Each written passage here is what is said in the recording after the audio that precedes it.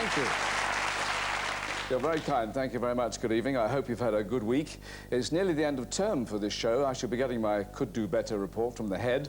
None of my guests tonight, though, could do better. They are the best, and their best is very good indeed. I'm expecting the company of the man who just a few nights ago was confirmed as the world's finest film actor, our own Anthony Hopkins. That's a bold and beautiful actress from Wall Street, No Way Out and Blade Runner, Sean Young. And here comes someone whose original ambition was to become an avant-garde headmistress and roam around Europe during the Halls having wild affairs. Instead, she became one of our most prized performers. The classics, comedy, musicals, her talents seem limitless, although she's not too hot at water skiing. May I present Hyacinth Bouquet of Keeping Up Appearances, Miss Patricia Routledge.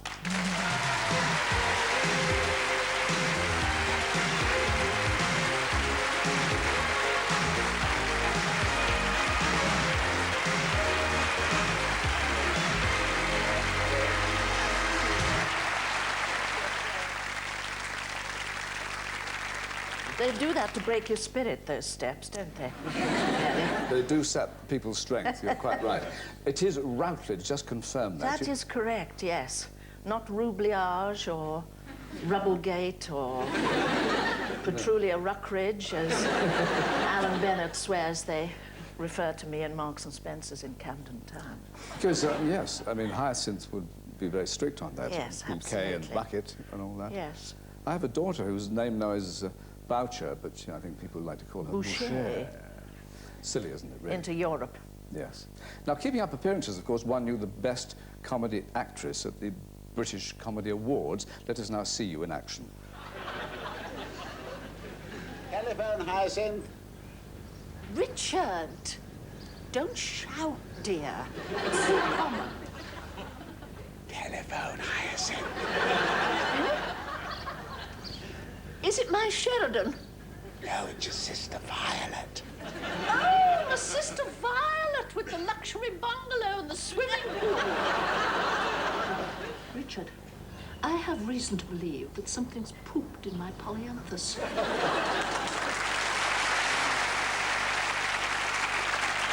How did you manage to create such a monster? Well, it's there in the script. It's there in the text. It was there in the pilot. And I could see that I had memories of many of those ladies. And they're all coming out of the woodwork now, you know. So a number of taxi drivers whose mother-in-laws and sister-in-laws are all Hyacinths is amazing, yes. Does anybody ever recognize herself? No, I don't think they do. No. I get letters saying we have a neighbor just like this, or somebody who's lived across the road for years. But no, you don't. Not a monster like that. Now, public reaction to Hyacinth, has it been, I mean, what has it been exactly? Because she's not lovable, but she's, what is she? What's their reaction? She's very English and very suburban, very provincial, very pretentious, a typical English snob, and she falls on banana skins, really. She always comes to a sticky end, but she ends up flying the flag. She's got standards, she's very judgmental. Do you get women writing and saying she's a splendid creature? Or do they all think she's not? Well, they do say she's splendid. Yes, some people do. Yes, yes. People have a secret admiration for her. And is it all ages who respond to Hyacinth? I have a great following of 8- and 9-year-old boys who mob us on bicycles in Leamington Spa. And that absolutely delights me.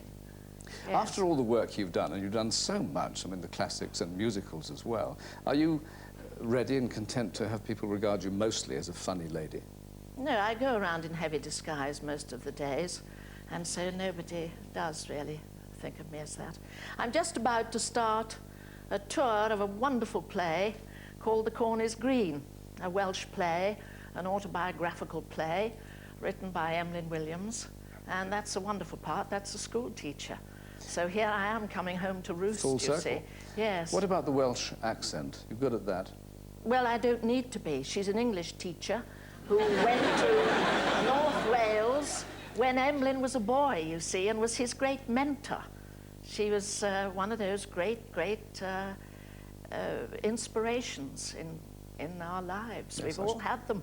Yes, who did you have then? My mother, teachers at the primary school I went to, teachers at the high school I went to, a singing teacher, a drama teacher, an English language lecturer at Liverpool University who became a priest, and I'm in touch with him today. He's 82 and wonderful. Yes, great inspirations. We all need them, I think. And all their influences are felt by you still? Yes, yes. Now, you Very did much that so. play, the same play, last year, didn't you? Why are you doing it again? Well, we did it at Greenwich, down the river at Greenwich, and I love going down the river to Greenwich on the river bus.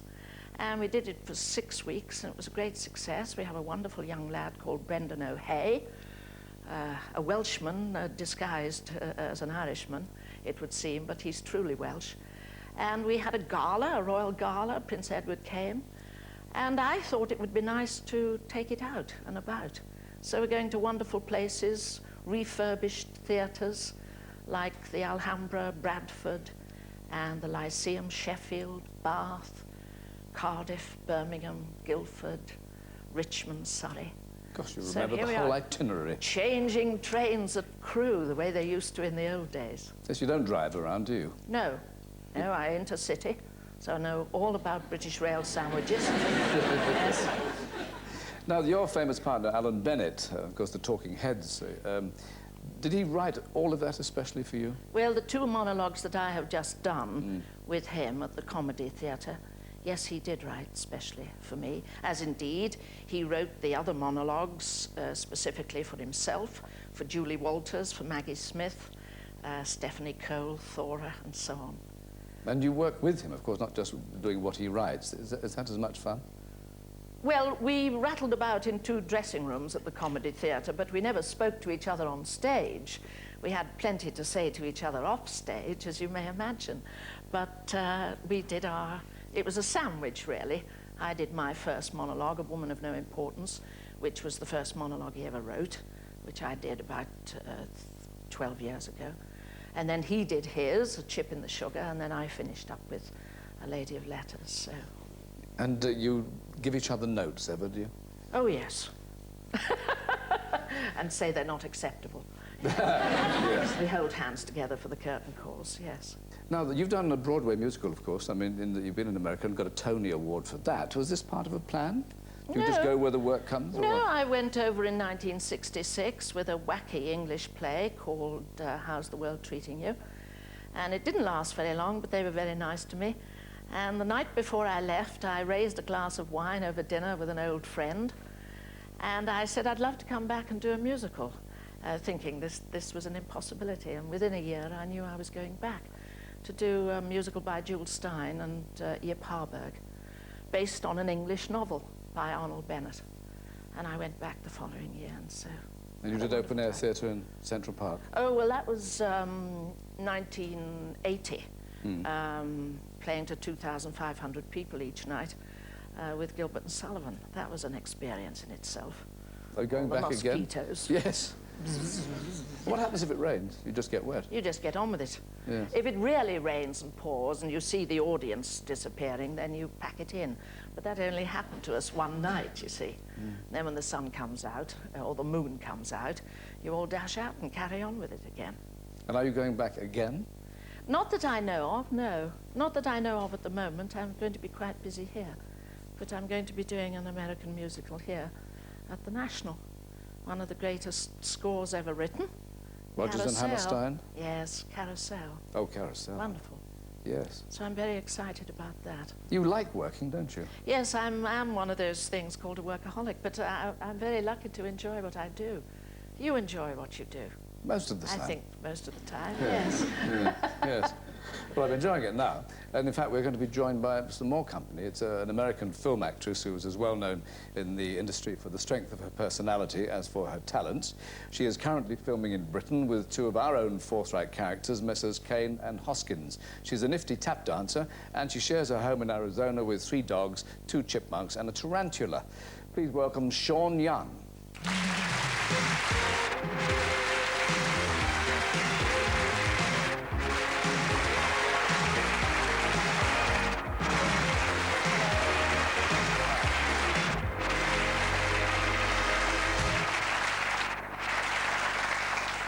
You're very welcome. I saw some shoes in the makeup room with heels like that. I thought if she wears them, people are going to write again saying, is Aspel a midget? Which they've done before. Now, you're busy with our Michael Caine, aren't you, with a film called Blue Eyes? And not a lot of people know that. Has he ever said that phrase to you? No, he hasn't said that phrase, but he did say to do this show. Did he? Mm-hmm, he did. I asked him. He said, yes, just do that show. So, yeah. Well, the check's in the post. That's lovely. Now, he's on his own turf, of course. Did he make you feel at home? Oh, he's wonderful. He's really wonderful. He's funny, which makes me feel very comfortable. And there's a lot of rapport, which is nice, because if you have to work with an actor where you don't have any rapport, it's sort of like, you know, it can get bad. But he's wonderful, and he's generous and funny.